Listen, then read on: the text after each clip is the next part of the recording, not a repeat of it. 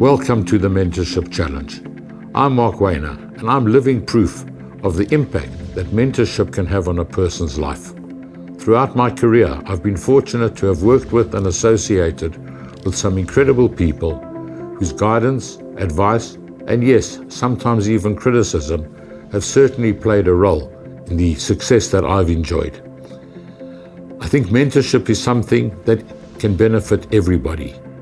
If you have the drive and the determination to succeed, register on our website to connect with either one of our special guests or some of the incredible people who have already registered to act as mentors. They are across a range of disciplines and will gladly give of their time to assist you. Now with me is Dr. Gustav Puth. Gustav, welcome. Thank you for joining us.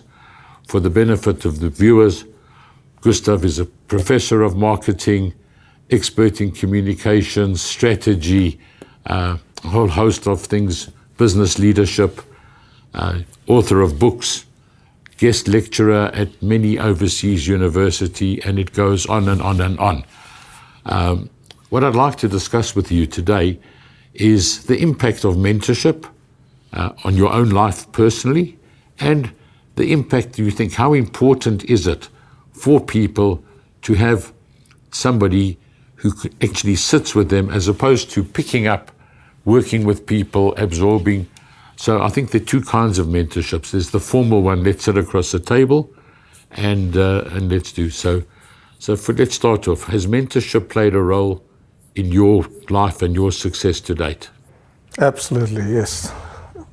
It started fairly early on. Obviously, my father was my school principal also for my entire primary school life, was a great mentor, as my mother was. And then when I went to high school, I found a mentor in my Latin teacher. Yes, he taught Latin, but he also was so inspirational in terms of how one ought to be, how to conduct yourself, and how to be looked up to. And so obviously I was highly inspired by him, and I don't know whether he knows it, but so many people can testify that he's played a role in their lives, some of my co-scholars at school. And he was just such a gentleman, but also an inspirational figure. It's amazing how in school years, how a teacher can be a mentor positively, or if you get the wrong person, can actually be negative. You were very fortunate in that you had your parents and this Latin teacher, so that was very fortunate. Yes. What was interesting is that he was one of those teachers that never raised his voice, never had a cane, but you would rather go to sick bay if you were not prepared for his class than to go to his class. Interesting. So then you finish high school, you go to university, you start your career, and along the way, in terms of all of the things that you've done, guest lecturers in university, have there been people in the profession that have meant that you've looked up to and that have assisted you? Certainly, quite a number of my lecturers, professors were people that I looked up to. But it's an interesting thing in academia that you even get to attach yourself to heroes just by reading what they write. And so there were some people that I've never met, but actually they had a major impact on my life, my way of thinking, and the way in which one looks at things. So yes, I've had many mentors.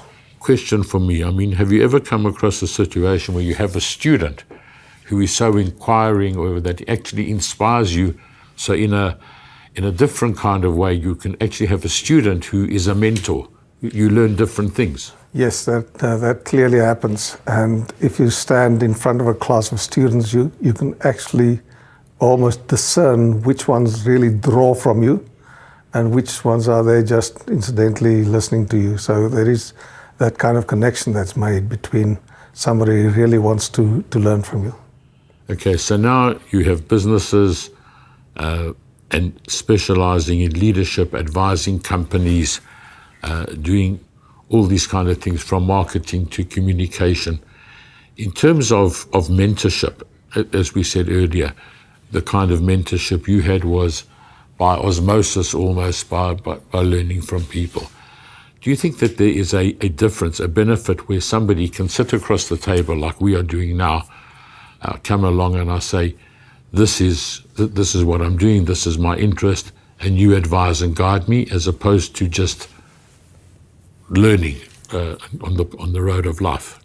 One gets to that point where mentorship becomes more structured, as you describe it. But even so, I highly value that process of engagement between leaders and their followers in organizations that goes beyond simply learning or teaching people, and where people really get to a point where they want to emulate you, not only in terms of the production and outputs of the specialization they find themselves in, but more so also just looking at the state of being, the way the person conducts him or herself. But I think in any form of mentorship, the mentee has to be open to it. He has to want to learn and want to be. A lot of people seem to think, okay, if I can be mentored by Gustav, that's a magic bullet. So I'll sit down, I'll spend a few hours with him, and I'm going to walk out and be an expert. Sure. I think what people really need to know is a mentor is not going to be there to make your decisions for you. You can come with a problem, they'll guide you, they'll ask you to go back and work out the various options, but they're not going to make decisions for you. And certainly, unless you are prepared to put in the hard hours and the hard work, mentorship is not going to do anything for you. You have to want it, you have to want to put in the long hours, and the mentor is simply there to give you the benefit of their experience, their mistakes. Hopefully you can learn from their mistakes and have a little bit of a shortcut. So it's a step on the path to success, but it's not a magic wand. It certainly is not. And I would say that mentorship is actually more about asking questions, and for the mentee to find his own answers by thinking about what has been asked, because really an answer presupposes a question, and the mentor asking the right questions will stimulate and instigate that kind of thinking that will allow people to come to their own solutions. Their own solutions and their own conclusions, just with guidance. Right.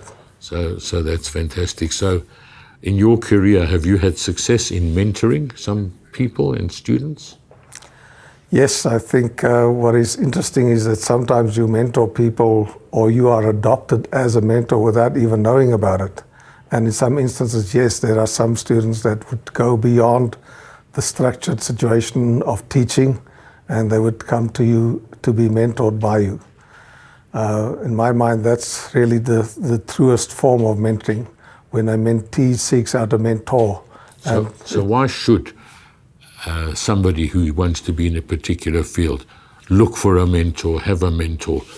Why should they do it? What's the importance of it? Just to go beyond what seems to be there on face value, because often professions and specialization areas are open to inspection and to examination in terms of what is available that's been documented. But going beyond that which you can learn from either formal teaching or documented knowledge about your discipline, there is something that is a little deep on the depth dimension always of going beyond what seems to be there on face value. And that's what you find through mentorship. So this program, the Mentorship Challenge, its aim is to connect as many people out there who believe they can be successful, who have openness towards mentorship, and to connect them with a whole range of people who have volunteered time across a range of disciplines to help people on the road to success, which I think is fantastic. But if you were starting your career today, if we can go back over many years, and you had that opportunity, would you have availed yourself of it? I would have grabbed it, yes. I would have taken it by both hands and made use of the opportunity, because so many people miss out because they don't have that opportunity and they never get to be mentored until maybe later in their career. It could have been much earlier and it would have benefited them quite early in their careers.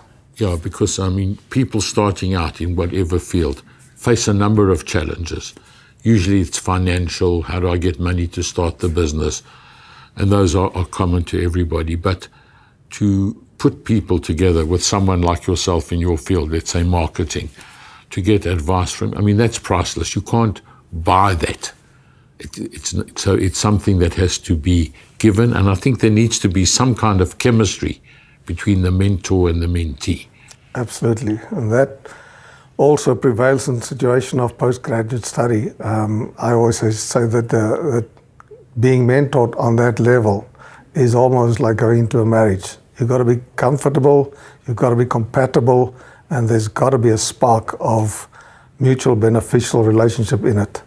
Because so many students unfortunately land up with supervisors on postgraduate study level that are not compatible with who they are and they don't meet each other's needs, and that leads often to frustrating situations. So if somebody watching this program said, I want to be mentored by Gustav, ideally, what kind of mentee would you like to see? If we said to you, here's somebody that's applied, and you're looking at the application or the CV, what would you like to see that person has? I think the key is the same that I find when I often mentor CEOs of companies. They've got to be teachable, because if somebody knows it all, then that's a dead end.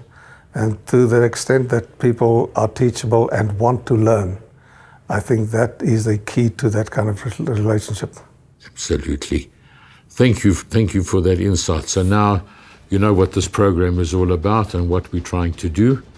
So I'm going to put you on the spot and say to you, Gustav Poot, how many hours of your valuable and precious time are you prepared to give to the mentees out there? Let's say 30 hours. Okay, so 30 hours, if I'm looking at my chart, is going to put you sort of in the middle. Not at the bottom, not at the top. So how about, would you like to go up the ladder a little bit? You drive a hard bargain there, Mark. Let's make it 40. Okay, 40 hours, thank you very much for that. And now the next part of it. Do you have an associate or somebody that you know who you think would make a good mentor and who you could challenge to give us at least your 40 hours or maybe a bit more? And by the way, you get credit for what they get in our chart. Yeah, he doesn't know about it, but I would like to challenge Professor Andre Schroeder, who is the CEO of Consulta Research and Consulting. I think he's got a lot to offer mentees, and I'm challenging him today. Okay, so we're going to contact him and see if we can do better than your 40 hours. And if he does better, maybe we'll come back to you so you don't look too bad. Okay, that's fine. Gustav, thank you so much for appearing on the program. As a token of my appreciation, I'd like to give you a copy of my book, Making My Mark. Thank you. If you would like to be mentored by Gustav or any of our other guests or the incredible people who have registered on our website as mentors, do so now. There are hundreds of hours available, and this could be your opportunity to change the direction of your career and your life. It could be the most important decision you will ever make. Until next week.